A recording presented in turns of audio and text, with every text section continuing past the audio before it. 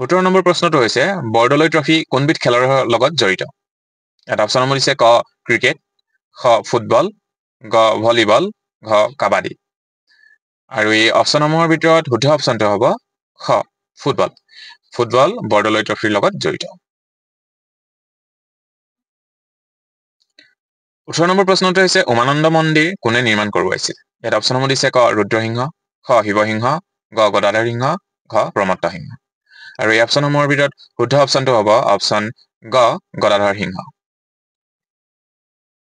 19 number প্ৰশ্নটো হৈছে অসম সাহিত্য সভাৰ প্ৰথম সভাপতি কোন